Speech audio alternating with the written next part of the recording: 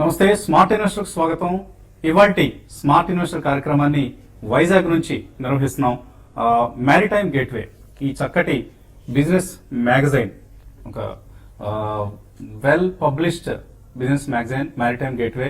ఈ మ్యాగజైన్ ప్రచురణకర్తలు నిర్వహిస్తున్న east Coast maritime business summit 2016. So ఈ సమిట్ ఇక్కడ విశాఖపట్నంలో నిర్వహిస్తున్న సందర్భంగా స్మార్ట్ ఇన్వెస్టర్ వైజాగ్ వచ్చింది. అండ్ మ్యారిటైమ్ బిజినెస్ అంటే షిప్పింగ్, పోర్ట్స్, అలాగే లాజిస్టిక్స్, ఈ సెక్టర్స్ సంబంధించిన బిజినెస్ ఆపర్చునిటీ రాబోయే రోజుల్లో అటు ప్రధాని నరేంద్ర మోడీ కావచ్చు, ఇటు ముఖ్యమంత్రి ఏపీ ముఖ్యమంత్రి చంద్రబాబు నాయుడు కావచ్చు, వీళ్ళందరూ కూడా లుక్ ఈస్ట్ అంటూ పోర్ట్ లెడ్ డెవలప్మెంట్, పోర్టు ఆధారిత అభివృద్ధి కోసం కృషి చేస్తూ ఉంటున్నారు. ఈ నేపథ్యంలో మ్యారిటైమ్ బిజినెస్ లో రకరకాల బిజినెస్ ఆపర్చునిటీస్ వస్తున్నాయి. ఈ ఆపర్చునిటీస్ ని అందిపుచ్చుకునేందుకు ఇప్పటికే ఉన్న సంస్థలతో పాటు భవిష్యత్తులో కొత్త సంస్థలు కూడా ఈ రంగంలో అడుగుపెట్టే అవకాశం ఉంది. సో ఈ నేపథ్యంలో అసలు మ్యారిటైమ్ బిజినెస్ అంటే ఏంటి, ఈ ఇండస్ట్రీ ఎదుర్కొంటున్న సాధక బాధకాలు ఏంటి, ఈ అంశాలపై ఇక్కడ 2 రోజుల విస్తృత సమావేశం సమిట్ రూపంలో నిర్వహిస్తున్నారు. ఈ సమిట్ లో ఇండస్ట్రీ ఎక్స్పర్ట్స్ కావచ్చు, అలాగే ఇండస్ట్రీ అనలిస్ట్ కావచ్చు, వీళ్ళందరూ పార్టిసిపేట్ చేసి వాళ్ళ సాధక బాధకాలను చర్చించుకునే ప్రయత్నం చేస్తున్నారు. అందుకే టీవీ5 కూడా మ్యారిటైమ్ బిజినెస్ ఆఫర్ చేస్తున్న ఆపర్చునిటీస్ ఎటువంటివి, ఈ ఆపర్చునిటీస్ ని ఇన్వెస్టర్స్ ఏమైనా సద్వినియోగం చేసుకోగలరా, అలాగే ఇండస్ట్రీ ఎదుర్కొంటున్న సమస్యలు ఏంటి, ఈ అంశాలపై దృష్టి పెట్టేందుకు ఇవాటి స్మార్ట్ ఇన్వెస్టర్ ను మ్యారిటైమ్ బిజినెస్ కి డెడికేట్ చేస్తున్నాం. ఈ స్మార్ట్ ఇన్వెస్టర్ లో మనతో పాల్గొనేందుకు రెడీగా ఉన్నారు. నా కుడి పక్కన ఉన్నారు శ్రీ జీవన్ వికాస్, ఆయన విఎస్పి కంటైనర్స్ లైనర్స్ అసోసియేషన్ కి ఉపాధ్యక్షులుగా ఉన్నారు. సో వెల్కమ్ జీవన్ గారు. అలాగే నాకు ఎడం పక్కన ఇమీడియట్ గా ఉన్నారు శ్రీ సాంబశివరావు గారు, శ్రావణ్ షిప్పింగ్ అధినేతగా అందరికీ చిరపరిచితులు. అలాగే ఆయన AP chamber of commerce vice president గా కూడా ఉన్నారు, విశాఖపట్నం నుంచి తన బాధ్యతలు నిర్వర్తిస్తున్నారు. పక్కనే జనార్దన్ రావు గారు director operations Gangavaram port. So Gangavaram port చాలా ultra modern, well modernised port. Last 5 years గా 6 years గా చక్కటి గుర్తింపు తెచ్చుకున్న పోర్ట్ కంటైనర్ కార్గో హ్యాండ్లింగ్ లో. అలాగే వారి పక్కన ఉన్నారు Shri KV Bhaskar, managing director VPL integral CFS private limited. అలాగే స్టీల్ ఎక్స్చేంజ్, ఇంతకుముందు స్టీల్ ఎక్స్చేంజ్ అనేది మొదటి venture. So steel exchange director గా కూడా ఉన్నారు. So welcome to you all అండి. ముందుగా సాంబశివరావు గారు చెప్పండి, ఆంధ్రప్రదేశ్ ముఖ్యమంత్రి చంద్రబాబు నాయుడు చాలా స్పష్టంగా పోర్ట్ లెడ్ డెవలప్మెంట్ మీద మా దృష్టి అంతా కేంద్రీకరిస్తున్నాం. ఆంధ్రప్రదేశ్ లో ఇప్పటికే ఉన్న పోర్టులతో పాటు కొత్త పోర్ట్స్ కూడా మేము డెవలప్ చేస్తాం. కొత్త పోర్ట్స్ కూడా వస్తే మ్యారిటైమ్ బిజినెస్ ఆపర్చునిటీస్ పుష్కలంగా వస్తాయి. అండ్ మేక్ ఇన్ ఆంధ్రప్రదేశ్ కి ఊతం ఇచ్చే విధంగా కొత్త పోర్ట్స్ డెవలప్ చేస్తూ ఉంటున్నారు. సో ఈ పోర్ట్ లెడ్ డెవలప్మెంట్ అనేది ఒక స్లోగన్ గానే మిగిలిపోతుందా? ఎందుకంటే ఇప్పటికే ఉన్న పోర్టులో రకరకాల సమస్యలు కనిపిస్తూ ఉన్నాయి. వీటికి తోడు కొత్త పోర్టులు కూడా వస్తే పోర్టుల మధ్య పోటీ పెరగడం అనేది ఒక అంశం అయితే, ఈ పోర్ట్స్ డెవలప్మెంట్ లో రకరకాల ఇష్యూస్ వస్తుంటాయి. మనం చూసాం మచిలీపట్నం పోర్ట్ ని ఇప్పుడు దాకా మనం నిర్మించుకోలేకపోయాం. సో ఈ నేపథ్యంలో ఇది ఒక స్లోగన్ గానే మిగిలిపోతుంది అనుకుంటున్నారా? లేదు, డెఫినెట్లీ మనం వీ కెన్ మేక్ ఇట్. వచ్చే 4 ఏళ్లలో గుజరాత్ ని, మహారాష్ట్రని మించి ఒక నెంబర్ 1 పోర్ట్ డెస్టినేషన్ గా, నెంబర్ 1 లాజిస్టిక్స్ హబ్ గా ఏపీ నిలబడగలిగే అవకాశం కనిపిస్తుంది. థ్యాంక్స్ అండి. ఇప్పుడు మీరు అన్నట్టు డెఫినెట్ గా మన honourable chief minister Chandrababu Naidu గారికి ఒక విజన్ ఉంది. మనకేంటంటే భగవంతుడు ఇచ్చిన 974 కిలోమీటర్ల కోస్ట్ లైన్ ని దీన్ని ఉపయోగించుకుని ఎలా వెళదాము అనేది. పోర్ట్ అంటే ఒక 2000 ఎకరాలు 5000 ఎకరాలు కానీ బేసిక్ కాన్సెప్ట్ కాదు. పోర్ట్స్ అనేది ఈరోజు చూసుకుంటే గుజరాత్ లో మీకు 50 ఎకరాల పోర్ట్ ఉంది, 60 ఎకరాల పోర్ట్ ఉంది. మేమేమంటామంటే పోర్ట్స్ అనేది ఓకే, మేజర్ పోర్ట్స్ అక్కడక్కడ స్టేట్ గవర్నమెంట్ కానివ్వండి, సెంట్రల్ గవర్నమెంట్ కానీ ఉండాలి. దీంతో పాటు ఎవరైతే ఎక్స్పోర్టర్స్ ఇంపోర్ట్స్ ఉంటారో దాన్ని క్యాప్టివ్ పోర్ట్స్ అంటారు. క్యాప్టివ్ పోర్ట్స్ వెళ్ళిపోయినప్పుడు క్యాప్టివ్ పోర్ట్స్ ఉన్న అడ్వాంటేజ్ వేరు ఉంది. ఈ రోజు మీరు శ్రీకాకుళం తీసుకుంటే అక్కడ పవర్ ప్లాంట్స్ 2 వస్తున్నాయి. ఆ 2 పవర్ ప్లాంట్లు పక్కన కట్టుకుంటే వాళ్ళకి సంబంధించిన కార్గో ఆపరేషన్స్, దాని నుంచి కోల్ షిప్స్ అనుకోండి, వాళ్ళు డైరెక్ట్ గా వాళ్ళు హ్యాండిల్ చేసే అవకాశం ఉంది. సో జిందాల్ గ్రూప్ లాంటి వాళ్ళు, ఎన్సీసీ వాళ్ళు కానీ, ఇప్పుడు అదాని గ్రూప్, ఎవరైనా సరే 2 పోర్ట్ కనుక చేసుకోగలిగితే మనకి దీనివల్ల అడ్వాంటేజ్ ఏంటంటే ఒక విధంగా ఈ పొల్యూషన్ నామ్స్ అనేది లేకుండా, పొల్యూషన్ ప్రాబ్లమ్స్ లేకుండా ఉంటాయి. నెక్స్ట్ ఇదే వెహికల్స్ రోడ్డు మీద కానివ్వండి, ఈ ట్రాఫిక్ మూవ్మెంట్ కూడా తగ్గడానికి అవకాశం ఉంటుంది. మేము కోరుకునేది ఏంటంటే ఎప్పుడైతే కనుక క్యాప్టివ్ పోర్ట్స్ డెవలప్ అయితే క్యాప్టివ్ పోర్ట్స్ కి మంచి అవకాశం ఉంది.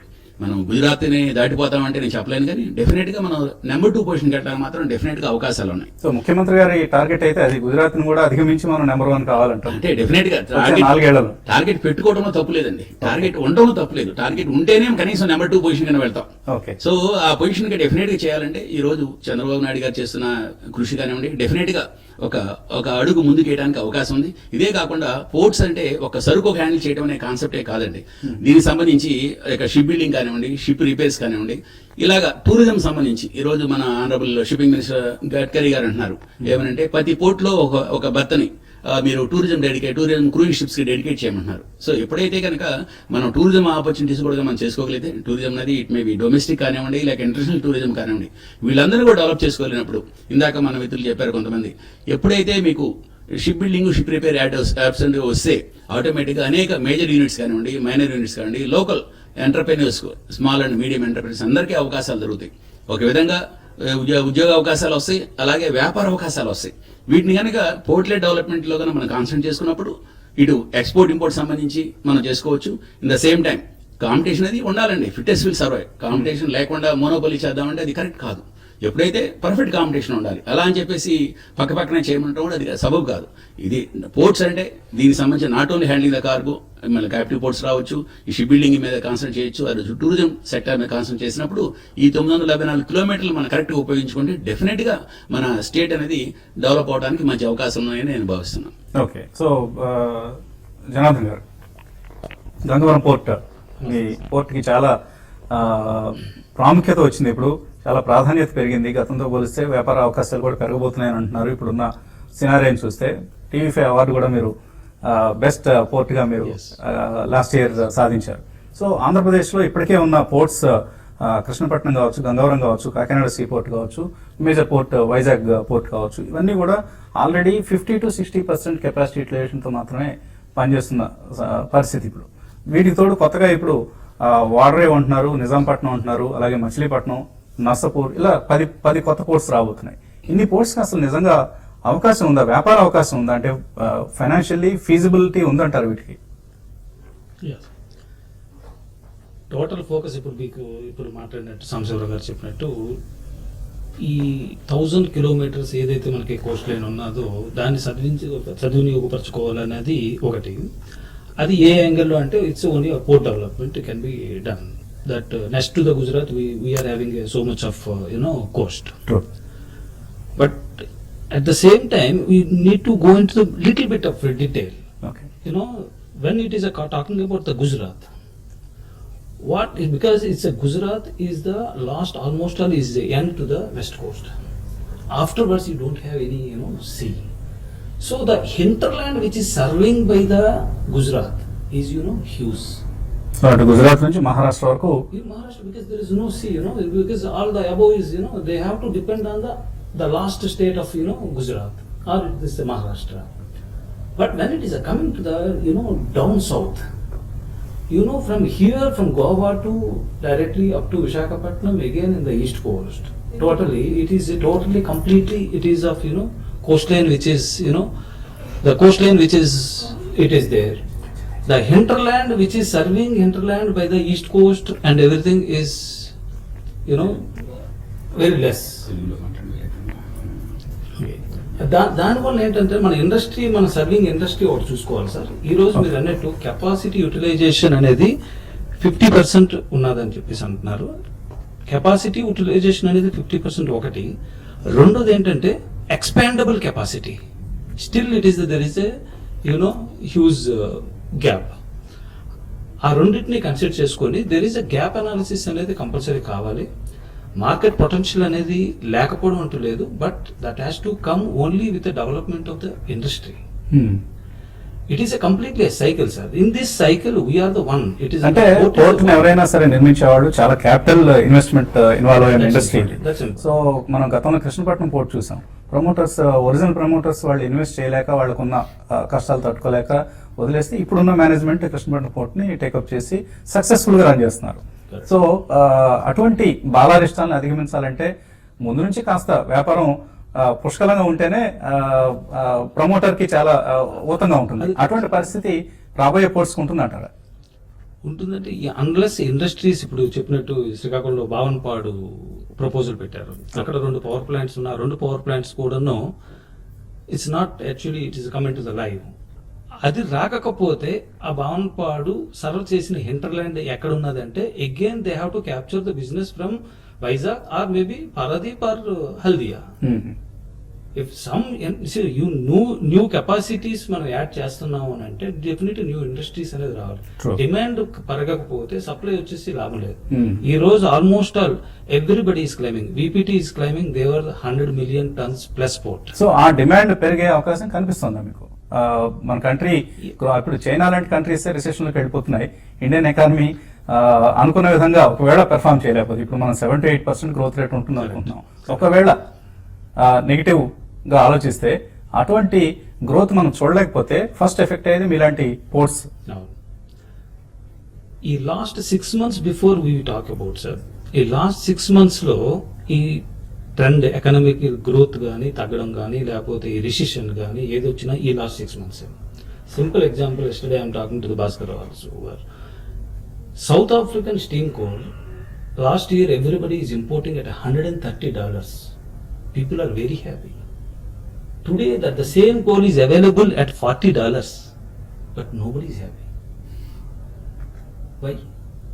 It's not that it is their input cost of coal is reduced, but the entire cycle has gone down. Similarly, $300 coal, cooking coal, now it is becoming $90 or $80. So అన్ని commodities, even crude oil కూడా అదే పరిస్థితి. Though input cost is reduced, people supposed to be making more money, but at the same time in the cycle their output cost also reduced. Steel prices has come down like anything. So the entire cycle has to start somewhere. Now that is the reason even now central government is announcing new housing projects. అయితే of course మనం positive గా ఆలోచిస్తే by the time the economy starts picking up, అప్పటికి మనం port infrastructure తో మనం సిద్ధంగా ఉంటే అవకాశాన్ని అందిపుచ్చుకోవడానికి. It's like, again chicken story. You build an infrastructure, the business will come. Okay. It's like and also ఇలా ఇన్ఫ్రాస్ట్రక్చర్ బిల్డ్ చేయడమే మన ఎకానమీని రివైవ్ చేసే ప్రాజెక్ట్ కూడా కాబోతుంది. సో భాస్కర్ గారు, ఇందాక మనం maritime east Coast business summit లో మనం చూసాం. మ్యారిటైమ్ బిజినెస్ సమిట్ లో అక్కడ పార్టిసిపేట్ చేసిన జిందాల్ లాంటి గ్రూప్స్, పెద్ద చాలా కంట్రీస్ లీడింగ్ స్టీల్ ఎక్స్పోర్టర్స్ వాళ్ళు, అలాగే మీరు స్వయంగా స్టీల్ ఎక్స్చేంజ్ ప్రమోటర్స్ మీరు. సో మీ గ్రూప్ కూడా భారీగా ఇక్కడ నుంచి స్టీల్ సంబంధించిన ఎగుమతులు చేస్తుంది. సో ఆయన వాపోతున్నారు, ఇక్కడ పోర్ట్స్ లో ఉండే ఇన్ఫ్రాస్ట్రక్చర్ ఏదైతే ఉందో ఇది చాలా లోపభూయిష్టంగా ఉంది, దీన్ని ఇండస్ట్రీకి ఏమాత్రం అనుకూలంగా లేని వాతావరణం ఉంది అంటూ ఆయన కంప్లైంట్ చేస్తున్నారు. దాంతో మీరు ఎంతవరకు ఏకీపిస్తారు? వసంత్ గారు, ఇప్పుడు ఈ మేము స్టీల్ ఎక్స్చేంజ్ ఇండియా లిమిటెడ్ అనే కంపెనీ మాది. మేము 0.3 million tons ఆంధ్రప్రదేశ్లో తయారు చేస్తున్నాం. 0.3 million tons అంటే వీఆర్ ద వైజాగ్ స్టీల్ తర్వాత మేమే largest steel company in the state of Andhra Pradesh. So board అంత ఎస్టాబ్లిష్మెంట్ చేసాము. స్టీల్ ఇండస్ట్రీ అన్నది capital intensive industry like port. అయితే ఈ స్టీల్ తయారు చేయడానికి 1 ton స్టీల్ తయారు చేయడానికి ఆల్మోస్ట్ 3.5 నుంచి 4 tons రా మెటీరియల్ కావాలి. ఇంత రా మెటీరియల్ ఇవాళ గ్లోబలైజేషన్ అయిపోయింది కదా. సో మోస్ట్ ఆఫ్ ది రా మెటీరియల్స్ పైనుంచి బొగ్గు కానివ్వండి, లేకపోతే తగిన ఈ లైమ్ స్టోన్ కానివ్వండి, ఇప్పుడు ఈ మధ్య కాలంలో ఐరన్ ఓర్ కూడా ఇంపోర్ట్ అయిపోతున్నది. ఒకనొక పరిస్థితిలో మనం ఎక్స్పోర్ట్ చేసి వాళ్ళం huge quantity of iron ore export నుంచి ఇప్పుడు ప్రపంచ దేశాల్లో ఈ ఆర్థిక మాన్యం వల్ల ఇంపోర్ట్ చౌకపడడం వల్ల ఇంపోర్ట్ అవుతున్నాయి. అయితే ఇంత రా మెటీరియల్ మూవ్ చేయడానికి మనం పోర్ట్లోను ఆయన Jindal is one of the highly captive board అంతా వాళ్ళు ఇది మనం కెపాసిటీ బిల్డ్ చేశారు. వాళ్ళే పోర్ట్స్ పెట్టుకొని క్యాప్టివ్ గా వాడుకుంటున్నారు. వాళ్ళు పెట్టలేదు ఇప్పటి వరకు, పోర్ట్స్ లేవు వాళ్ళకి. ఈ దేశంలో ఉన్న అన్ని పోర్టుల్లోకి వాళ్ళ రా మెటీరియల్ ఇంపోర్ట్ అవుతున్నది బల్క్ క్వాంటిటీస్ లో. వాళ్ళు చెప్పేది ఏంటంటే రా మెటీరియల్ వచ్చేటప్పుడు అందులో లాస్ అయిపోతున్నది. లాస్ అంటే ఒక 4 to 5% మెటీరియల్ 1,00,000 టన్నులు తెచ్చుకుంటే అందులో వాళ్ళకి చేరేసరికల్లా ఒక 5,000 టన్ను తగ్గిపోతున్నది. ఇప్పుడు జనార్దన్ గారు ఇందాక చెప్పినట్టు రైల్వేస్ లో ఈ మెటీరియల్ మూవ్ అవుతూ ఉంటే ఏమవుతున్నది అంటే రైల్వేస్ లో మినిమం కెపాసిటీస్ మీరు లోడ్ చేయాలి. 67 టన్నులు per బాక్స్ లోడ్ చేయాలి మినిమం, అంతకు మీరు చార్జ్ చేయాలి. ఫ్రైట్స్ కూడా పెరిగిపోయి 67 టన్నులు ఈ లూజ్ కార్గో ఎప్పుడైతే లోడ్ చేస్తున్నారో అందులో అంత డెస్టినేషన్ చేరటం లేదు, ఎగిరిపోతున్నది, కొంత గాలిలో ఎగిరిపోతున్నది, లేకపోతే కొంత మాయిశ్చర్ ఎగిరిపోతున్నది, అవి లాసెస్ బహుశా వచ్చేస్తాయి. వచ్చే బడ్జెట్ లో మళ్ళీ ఫ్రైట్ ఛార్జెస్ పెరిగే అవకాశం స్పష్టంగా ఉంది. పెరగకూడదు. ఫ్రైట్ చార్జెస్ ఏంటంటే రేషనలైజ్ చేయాలి, ఎఫిషియన్సీ పెరగాలి. ఇప్పుడు రేటు పెంచడం అన్నది మార్గం కాదు, సొల్యూషన్ కాదు. Optimum utilisation, more efficiency. అంటే వాళ్ళకి సాలరీ బిల్ పెరుగుతుంది, మళ్ళీ finance commission pay commission report ని వాళ్ళు ఇంప్లిమెంట్ చేయాలి కాబట్టి ఫ్రైట్ ఛార్జెస్ ద్వారానే ప్యాసింజర్ రేట్లు ఎలాగో పెంచలేరు, సో ఫ్రైట్ ఛార్జెస్ నే పెంచుతారు. ఇప్పుడు మీరు మంచి టాపిక్ రైజ్ చేశారు. ఇప్పుడు ఏమైందంటే గత లాస్ట్ ఇయర్ వరకు రైల్వేస్ వాళ్ళు 100 కిలోమీటర్స్ వరకు 125 కిలోమీటర్స్ వరకు 50% డిస్కౌంట్ అది ఇచ్చేవారు. అంటే దగ్గర షార్ట్ డిస్టెన్స్ మేమే ఉన్నాం, రోజుకి మాకు ఆల్మోస్ట్ 1200 టన్ను కోల్ కావాలి, ఈ పోర్ట్ లోంచి మేము తెచ్చుకుంటున్నాం. అది అంత ప్రెషర్ రోడ్డు మీద తగ్గించాలంటే 2 రోజులకో 3 రోజులకో ఒక కోల్ రేక్ మాకు అవసరం పడుతున్నది. మాదంతా ఇంపోర్టెడ్ కోల్ వస్తున్నది. ఇంత ఇంపోర్టెడ్ కోల్ వచ్చినప్పుడు ఆ 40 కిలోమీటర్ల దూరంలో పెద్ద ప్లాంట్ ఉంది మాది, కానీ మేము 125 కిలోమీటర్లకి ఫ్రైట్ కడుతున్నాం. ఇది అన్వయబుల్. అంటే రేక్ లో తెచ్చుకోవాలన్నా కూడా మేము తెచ్చుకోలేకపోతున్నాం, బై రోడ్డు మీద మళ్ళీ ప్రెషర్ పెట్టేస్తున్నాం. అన్ని డంపర్లు అంత సిస్టమ్ తిరిగేసరికి చాలా ఇబ్బంది అవుతున్నది. ఇవన్నీ కూడా రేషనలైజ్ మేము కూడా గవర్నమెంట్ కి రిప్రజెంట్ చేస్తున్నాం, అలాగే పోర్ట్ వారికి కూడా చెప్తున్నాం. అంటే ఇవాళ అందరూ అదే మాట్లాడుతున్నాం కదా, ఈస్ట్ కోస్ట్ మెరీన్ లో పోర్ట్ లోంచి పోర్ట్స్ కెపాసిటీస్ బిల్డ్ అయిపోయి దేశంలో చక్కని పోర్ట్స్ ఇన్ఫ్రాస్ట్రక్చర్ వచ్చింది, బోల్డ్ అంత ఇన్వెస్ట్మెంట్ వచ్చేసింది, అండ్ కెపాసిటీస్ మంచి కెపాసిటీస్ వచ్చాయి. కానీ అందులోంచి ఇవాక్యుయేషన్ అన్నది పెద్ద ప్రాబ్లం అయిపోయింది. అందులో బయటికి తీసుకెళ్ళడం ఎలాగా ఫాస్ట్ మోడ్ లో. Railways is the only source. అంత రోడ్డు మీద మూవ్ అవ్వలేదు దేశంలో. కనుక రైల్వేస్ అంటే ఇంకా రేషనలైజ్ చేసి ప్రపంచంలో తక్కిన వాళ్ళు ఎలాగా వాడుతున్నారు అవన్నీ చూసి ఇంప్లిమెంట్ చేసి మనకి మోర్ టెక్నాలజీ రైల్వే కనెక్టివిటీ పెరగాలి, పోర్ట్స్ పెరగాలి, ఎఫిషియన్సీ పెరిగిపోవాలి. టర్న్ అరౌండ్ బాగా చక్కని పెరిగితే ఆల్మోస్ట్ రేట్స్ కూడా వాళ్ళు కూడా తగ్గించేస్తారు. ఓకే, సో జనార్దన్ గారు, ఎవాక్యుయేషన్ సంబంధించి మీ దగ్గర ఏమైనా ఎటువంటి సమస్యలు ఉన్నాయి? వీపీటీకి సంబంధించి వాళ్ళు ఇంత ముందు ఎవాక్యుయేషన్ పెద్ద సమస్య, దాన్ని కొద్దిగా పరిష్కరించుకుంటున్నారు. ఇప్పుడు మీ దగ్గర పరిస్థితి ఎలా ఉంది? గంగవరం పోర్ట్ లో last year every port is faced అండి. ప్రతి ఒక్క పోర్ట్ కూడా ఈ సమస్య, ఎవాక్యుయేషన్ సమస్య అనేది వచ్చింది. ప్రతి ఒక్కరికి ఎవాక్యుయేషన్ అంటే వచ్చిన కమోడిటీ మీ పోర్ట్ లోనే స్టాగ్నెట్ అయిపోతుంది, బయటికి వెళ్ళలేకపోతుంది అని అంటే, ఇప్పుడు సపోజ్ గంగవరం పోర్ట్ చూస్తే ఈ రోజు గంగవరం పోర్ట్ రోజుకి 25 నుంచి 30 ర్యాకులైనా సరే అవైలబుల్ గా లోడ్ చేసే అవకాశాలు ఉన్నాయి. బట్ 25 ర్యాకులు నాకు వస్తాయా రాదా అనేది క్వశ్చన్. ఓకే, ఈ రోజు బిజినెస్ ఓవరాల్ గా Indian economy is down, so that railway requirement అనేది తగ్గింది. అంటే ఇప్పుడు సురేష్ ప్రభు గారు కొద్దిగా డైనమిక్ మినిస్టర్ వచ్చారు కాబట్టి మేబీ నెక్స్ట్ 3 to 5 years లో అయినా ఈ సమస్య పరిష్కారం వస్తుంది అనుకుంటున్నారు. అది కూడా చాలా లేట్ సార్. ఓకే, ఇది ఎలా ఉండాలంటే అసలు యాక్చువల్ గా అత్యాస అవుతుంది. మీరు ఇప్పుడు నాకు అడిగారు అనుకోండి, ఈ నెట్వర్క్ మీకు ఎప్పుడు కావాలంటే నిన్న అన్నాడు చెప్తాను నేను. Not there is no time. ఇప్పుడు ఆర్వీ లైన్ అనేది ఉన్నది sir. It's for East Coast కి రాయ్పూర్ విజయనగరం లైన్ సార్. ఇది backbone sir. The power more than 20,000 megawatt power plants is line in that line. అంత పవర్ రిక్వైర్మెంట్. డబ్లింగ్ చేస్తామనేదో ఇందాక మనం VPT deputy chairman గారు చెప్తున్నారు. డబ్లింగ్ ప్రపోజల్ ఎప్పటి నుంచి ఉన్నా సార్.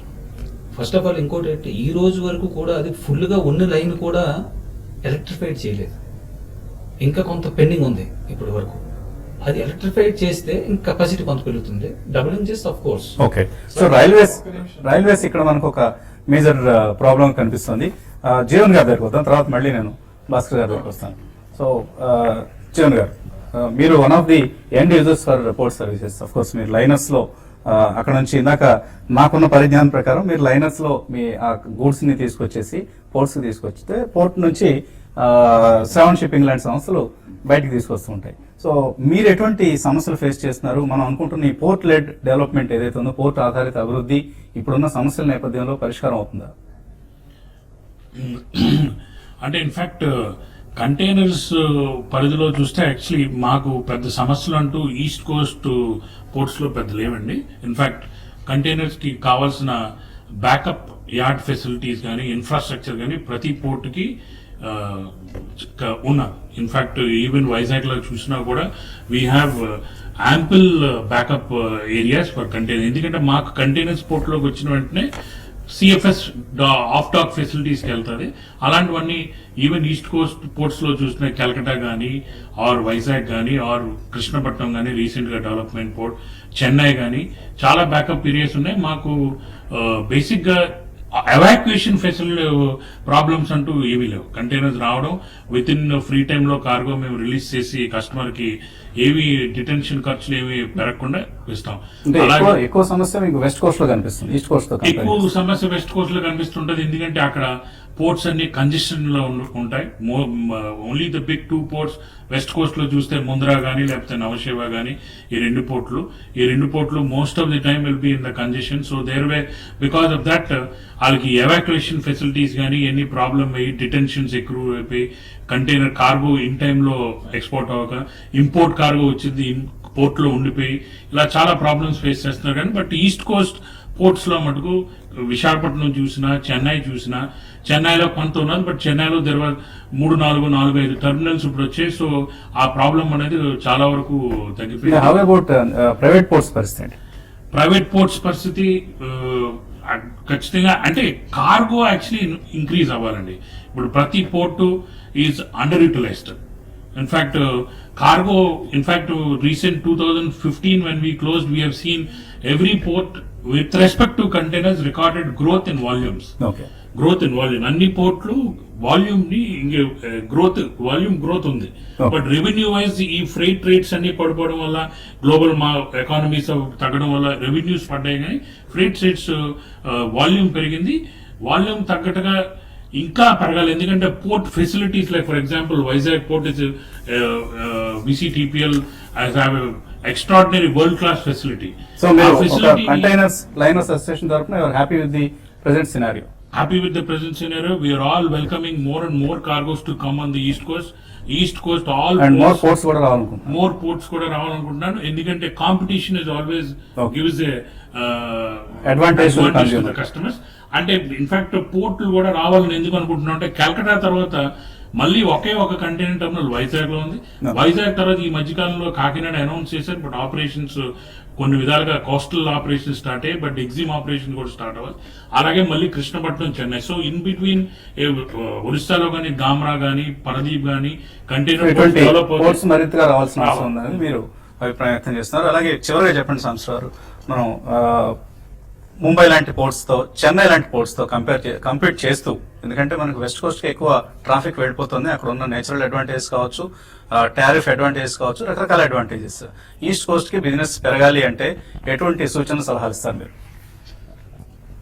ఈస్ట్ కోస్ట్ బిజినెస్ పెరగాలంటే మన మిత్రులు అన్నట్టు ఇక్కడ ఇండస్ట్రియల్ డెవలప్మెంట్ ఎక్కువ కావాలండి. ఇండస్ట్రియల్ డెవలప్మెంట్ కావాలి, రైల్ నెట్వర్క్ బెటర్గా డెవలప్ అవ్వాలి, ఆర్బీ లైన్ లాంటి. అలాగే రోడ్ నెట్వర్క్ కూడా ప్రాపర్గా డెవలప్ అవ్వాలి. ఎప్పుడైతే ఎన్ని నెట్వర్క్స్ డెవలప్ అయినాయో ఆటోమేటిక్గా ఒక వచ్చిన కస్టమర్ ఎక్స్పోర్టరు ఇంపోర్టరు తన యొక్క కార్గోని ఏ ఎక్కువ డ్యామరేజ్ పే చేయకుండా, డిటెన్షన్ పే చేయకుండా ఇక్కడ నుంచి క్లియర్ చేసే అవకాశం ఉంటుంది. కనుక ఏ రోజైతే ఇది part of is of doing business అని చెప్పి మన వాళ్ళు అంటున్నారు, మేక్ ఇన్ ఇండియా అనే స్లోగన్ వచ్చిందో, వీటన్ని తోటి మేక్ ఇన్ ఆంధ్రప్రదేశ్ మన ఆనరబుల్ సీఎం గారు అంటున్నారు. ఇవన్నీ కనుక చేస్తే డెఫినెట్ గా లుకీస్ట్ పాలసీ అని చెప్పేసి ఈ విశాఖపట్నం పోర్ట్స్ ఈ ఏరియాని డెవలప్ చేయమంటున్నారు. ఇవన్నీ కనుక వస్తే డెఫినెట్ గా మన యొక్క ఏరియాస్ డెవలప్ అవుతాయి. ఎప్పుడైతే డెవలప్ అయిందో ఆటోమేటిక్ గా కంటైనర్ కార్గో ఎక్స్పోర్ట్స్ ఇంపోర్ట్స్ ఈ ఏరియా నుంచి జరగడానికి మంచి అవకాశాలు ఉన్నాయండి. ఓకే అండి, థ్యాంక్ యూ సాంబశివ గారు, థ్యాంక్ యూ భాస్కర్ గారు, జనార్దన్ గారు. సమయం చాలా తక్కువగా ఉంది మనకి, ఇది చాలా థ్యాంక్ యూ జీవన్ గారు. చాలా పెద్ద సబ్జెక్ట్, ఓషన్ లాంటి సబ్జెక్ట్ ఇది, నిజంగానే ఓషన్స్ తో ముడిపడి ఉన్న ఓషన్ లాంటి సబ్జెక్ట్ ఇది. సో మ్యారిటైమ్ బిజినెస్ ఆపర్చునిటీస్ సంబంధించి 2 రోజుల సమిట్ ఇక్కడ విశాఖపట్నంలో జరుగుతుంది. ఈ సమిట్ ఆఖరి రోజు, చివరి రోజు అయిన ఇవాళ చాలా చాలా ఆసక్తికరమైన సమావేశాలు ఇక్కడ జరుగుతున్నాయి. సో ఈ సమావేశాలకు సంబంధించిన హైలైట్స్ ఎప్పటికప్పుడు TV5 మీకు అందిస్తుంది. Keep watching TV5.